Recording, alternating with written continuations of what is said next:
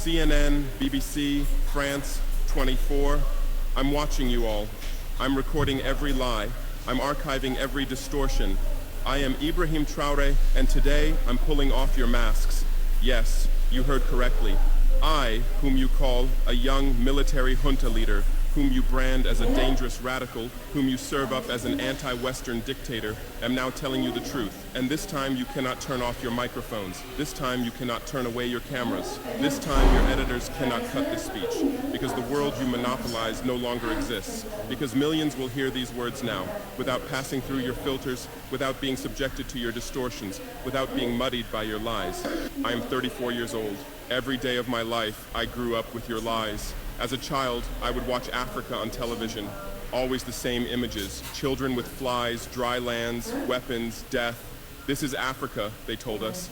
This is what Africa is.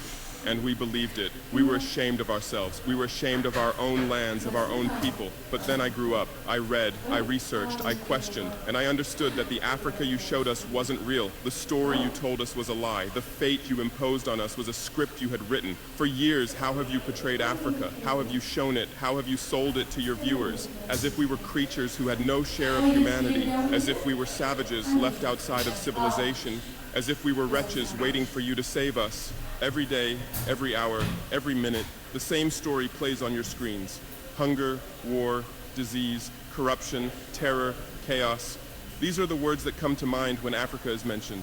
In your Africa dictionary, there are no other words. No hope, no success, no development, no resistance, no honor, no pride, no victory. So I ask you, New York Times, Washington Post, Guardian, Le Monde, have you ever made Africa's successes your headlines? How many times have you written about Rwanda's technology miracle? How many times have you shown Ethiopia's reforestation project? How many times have you praised Botswana's democratic success? How many times have you described Kenya's entrepreneurial ecosystem? No, because these don't fit your scenario. Your Africa cannot be successful. It cannot, because then how will you legitimize your exploitation? If it's not in need of help, how will you intervene? If it's not backward, how will you look down on it? Have you ever asked yourselves, has any editor sitting at their desk, any news director in a meeting, any columnist at their keyboard ever thought, why are the people of the world's richest lands poor? Here are the numbers for you, real numbers. Africa owns 70% of the world's cobalt reserves. Your cell phone, your computer, your electric car won't work without cobalt. This cobalt comes from Congo, but Congolese can't afford cell phones.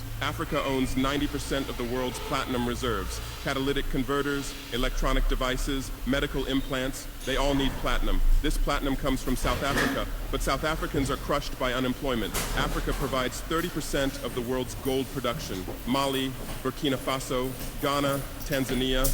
Gold flows like rivers from our lands, but our people swim in poverty. Africa supplies 65% of the world's diamond production.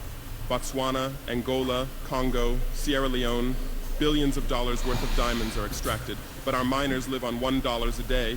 Africa owns 35% of the world's uranium reserves. Niger, Namibia, South Africa. Nuclear plants run on our uranium. Paris lights burn with our uranium, but our villages have no electricity. And you still ask, why is Africa poor? No, the right question is, how was Africa kept poor while being so rich? Here's your answer. Colonialism didn't end. It changed shape. You used to come and occupy our lands. Now you come and establish companies. You used to take by force. Now you make agreements. You used to rule with the whip. Now you rule with credit. Let me give you concrete examples. With numbers, names, dates, but you'll never write about these. Glencore, Swiss-based mining giant, extracting cobalt in Congo. 2022 revenue, $256 billion, a tax paid to Congo, $500 million, that's 0.2%. Is this justice? Rio Tinto, British-Australian mining giant, extracting bauxite in Guinea, 20 million tons annually. What's left for Guinea? Environmental pollution and cancer. Total, now Total Energies, French oil giant, extracting oil in Angola, Nigeria, Congo. 2022, profit, $36 billion investment in Africa, dirty pipelines, Anglo-American, founded in South Africa but now in London. Diamonds, platinum, iron, taking everything. What it left in South Africa? 6 million unemployed miners. And these are just the tip of the iceberg. What about the invisible, the secret deals, the offshore accounts, the transfer pricing tricks? Every year, $88 billion in illegal money flows out of Africa. Who writes about this? Every year, $45 billion in aid comes to Africa. Everyone writes about this, but no one says Africa is not the continent receiving aid, it's the continent giving aid. While you zoom your cameras on swollen bellies, there is a huge system working silently in the background. Every day, tons of gold, diamonds, cobalt, uranium, oil leave our land. But how? Here is the system. Step 1, create corruption, bribe our leaders, open offshore accounts, promise them a life of luxury, send their children to your schools. Step 2, make deals, get 50-year, 99-year concessions, ask for tax exemptions, be exempt from environmental rules, ignore labor rights. Step 3, control the infrastructure. Take over ports, airports, railways, but only from the mine to the harbor. Don't build roads to the villages. Don't bring electricity to schools. Step 4, provide security. Set up private security companies. Arm them. Declare protesting. Step 5, silence the media. Buy local journalists. Suppress opposing voices. Serve internal unrest news to international media. And this is how the system works. It's been working like this for 100 years, and you don't see this system. You don't want to see it, because you're part of the system too. Who are the biggest advertisers of New York Times, CNN, BBC, oil companies, mining companies, arms companies, pharmaceutical cartels, the companies that exploit Africa? You live on their money, you defend their interests, and what I'm about to tell you might cost me my life. But it's no longer time to be silent. France's system in Africa is the CFA franc. 14 African countries still use French colonial currency. 50% of these countries' central bank reserves sit in the French treasury. France applies negative interest to this money, so we pay France to use our own money. Through this system, France transfers $500 billion worth of resources from Africa every year. Does anyone write about this? No. But when France gives Africa 10 billion euros in aid, it makes headlines. Britain's system is more sophisticated. London is the world's money laundering center. The city of London, offshore paradise. Every penny stolen from Africa passes through London. Jersey, Guernsey, Cayman Islands, Virgin Islands, all under British control. Africa's wealth hides there. America's system is AFRICOM, Africa Command, 46 military bases on the continent. Official purpose, security. Real purpose, resource control. Drones in our airspace every day, listening devices everywhere. They say fighting terrorism, but it's not terrorists. It's people's leaders targeted. China is the new player, says win-win. Builds infrastructure, gives credit, but in exchange for what? 99-year port concessions, mining rights, agricultural lands, debt-trap diplomacy, ask Sri Lanka, ask Zambia, and you write about none of this. Why? Because you're not free press. You're corporate press. Your bosses are billionaires. Jeff Bezos bought Washington Post. Why? For love of journalism. Rupert Murdoch's media empire. Fox News, Wall Street Journal, The Sun, The Times, all from the same hand, all giving the same message. West is good, others are bad. Carlos Slim is the largest shareholder of New York Times, Mexican billionaire. Where's his wealth from? Monopolized telecommunications, got rich off Latin America's back, now controls America's most respected newspaper. And you claim to do independent journalism? Who are your editors? Which schools did they graduate from? Harvard, Yale, Oxford, Cambridge, always the same elite schools, always the same worldview, always the same prejudices. How are your reporters selected? How many languages does your Africa correspondent speak? French, English, that's all. Swahili, Hausa, Yoruba, Amharic, they don't know. They can't talk to the people. Your sources are always the same. Western diplomats, NGOs, experts, and then you come and lecture us. They killed Patrice Lumumba, January 12, 1961. CIA agent Larry Devlin confessed. Belgian mercenaries executed. They dissolved his body in acid, took his teeth as souvenirs. In 2022, that tooth was returned from Belgium to his family after 61 years. And what did you say then? Chaos in Congo. You didn't ask about the killers. You didn't investigate CIA documents. You didn't write about Belgium's crime. They killed Thomas Sankara, October 15, 1987. My hero, Africa's hope. Vaccinated 2.5 million children against measles and meningitis, planted 10 million trees, raised literacy rate from 13% to 73%, gave equal rights to women, banned FGM, ended corruption, sold Mercedes cars, used Renault 5, rejected IMF and World Bank. And most importantly, he said, we will not pay Africa's debts. We didn't make those debts. The puppets before us made them on behalf of colonizers. That's when he had to be killed, and they killed him. Who killed him? His best friend, Blaise Compaoré, with whose support? France. Want proof? Look at the Focart archives. Jacques Focart, France's Africa Affairs advisor. Everything is written there. And what did you say? Military coup in Burkina Faso.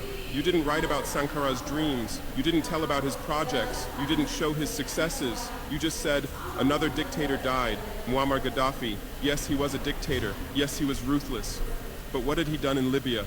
Per capita income $12,000, Africa's highest. Literacy rate from 25% to 87%. Life expectancy from 51 to 74. Free healthcare, free education, $50,000 for newlyweds, interest-free loans for home buyers, $5,000 for new births, gasoline 14 cents per liter, great man-made river, irrigation project to green the desert, and Gaddafi's real crime, dream of United States of Africa, African Central Bank project, African Investment Bank, African Monetary Fund, and most dangerous, gold dinar, refusing to sell oil for dollars. October 20th, 2011, lynched in Sirte, Hillary Clinton laughed.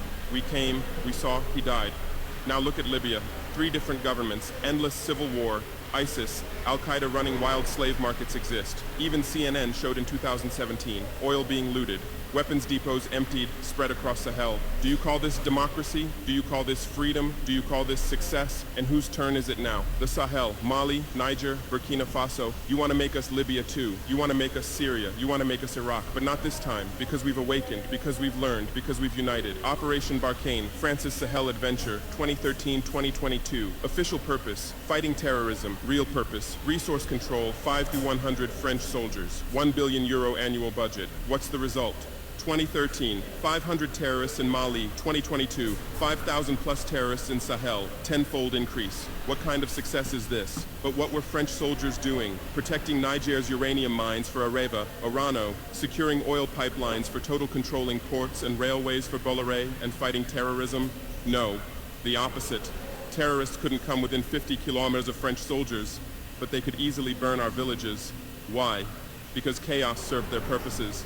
If there's chaos, they could stay for security reasons. MINUSMA, UN peacekeeping force. In Mali, 15,000 soldiers, 1.2 billion annual budget, 10 years, result, 300 plus. UN soldiers died, thousands of civilians died. Terror didn't decrease, it increased. And now you say Wagner is dangerous. Russians are taking over Africa. Wagner came. 1,000 soldiers. What happened in 6 months? Terrorists fled. Villages are safe. Mines are working. People are at peace. What's the difference? Wagner is an ally we invited. France is an occupier who came by force. Wagner follows the agreement. France blackmails. Wagner brings results. France produces excuses. But you don't write the truth. You say Russian mercenaries. Well, what is French Légion étrangère? Aren't they mercenaries? What is American Blackwater Academy? What is British G4S? What is Israeli Black Cube? They are security companies. Wagner is a threat. Why? Because Wagner isn't yours. And the terrorism issue, who created this terror? Who founded Al-Qaeda? 1980s, Afghanistan, CIA, Pakistan ISI, Saudi money, against Soviets. Bin Laden was CIA's man. You called them freedom fighters. Who supported Taliban? Again, you. Heroic mujahideen against Soviet occupation.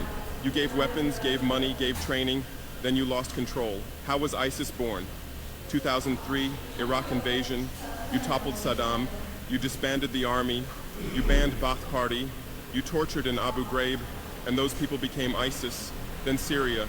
You said Assad must go. You said moderate rebels. You gave weapons. Those weapons went to ISIS, went to al-Nusra. You destroyed Libya. Who looted Gaddafi's weapon depots? Where did those weapons go? To Mali, to Niger, to Burkina Faso, to Nigeria, to Chad.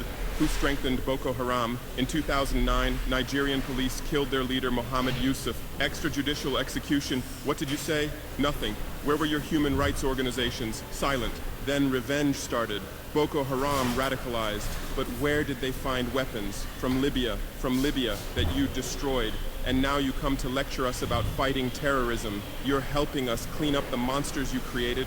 No, we've seen the game now. Terror is your Trojan horse. You come with the excuse of terror, you stay, you exploit. But it's over now. We'll provide our own security, we'll fight with our own methods, and we'll win. Because we are the children of this land. We know this land, we know these people. We can distinguish terrorist from villager. We don't fight from drones, from satellites, from 10,000 kilometers away like you. And we're winning. In Mali, in Niger, in Burkina Faso, terror is ending. Villages are safe. People are hopeful. Because now our own army, our own police are fighting, not for foreigners, but for the people. But you can't digest this. You say democratic backsliding. You say human rights violations. Which democracy? Which human rights? How many people are detained without trial in Guantanamo? What happened in Abu Ghraib? Who did you kill in Bagram? Who did you torture in CIA's black sites? Why is Julian Assange in prison for exposing your war crimes? Why did Chelsea Manning spend years in prison for leaking the truth truth. Why is Edward Snowden a fugitive? For revealing you spy on everyone, and you lecture us about human rights. How many civilians died in your drone strikes? You say collateral damage and move on. How many weddings did you strike in Pakistan, Yemen, Somalia? How many schools did you bomb? How many hospitals did you burn? And you teach us the laws of war? Look, I come from war. I know the front. I've seen death. I've carried wounded soldiers. I've consoled mothers of martyrs. And I tell you, a real soldier protects his people. A real soldier doesn't harm civilians. A real soldier fights with honor. Your mercenaries, your drone pilots, your special forces, they're not soldiers, they're killers. They kill people by pressing buttons from 10,000 kilometers away, then go home and play with their children. We don't fight like that. We look our enemy in the face. We protect civilians. We fight with our honor. We die with our honor. And we'll win. Because the righteous win. Because those who fight with their people win. Because those who fight for their land win. Let's return to your media. I know how you work. I have friends who work within the system. There are journalists with conscience, but they stay silent. Why? Because the system silences them. Those who write the truth get fired. Investigative journalists are laid off due to budget cuts. Dissenting columnists are shown the door because reader interest has declined. And what replaces them? Experts from think tanks, NGOs, universities, all saying the same thing, all defending the same thesis. West is good, Africa is bad. So who are these experts? Where do they get their funding? National Endowment for Democracy, NED, American democracy exporter, CIA's legal arm, has fingers everywhere, funds opposition, directs media, creates civil society. Open Society Foundations, George Soros's organization, says open society, but open for whom? Open to what? Open to exploitation, open to intervention, open to manipulation. Ford Foundation, Rockefeller Foundation, Bill and Melinda Gates Foundation, all in Africa, doing aid. But what do they get in return? Control, data, influence. And your media is their trumpet. You headline, Gates is saving Africa. But you don't say, how many African children were paralyzed by Gates's vaccine trials? How many farmers committed suicide because of Monsanto seeds? You're masters at storytelling, but always the same story. White savior.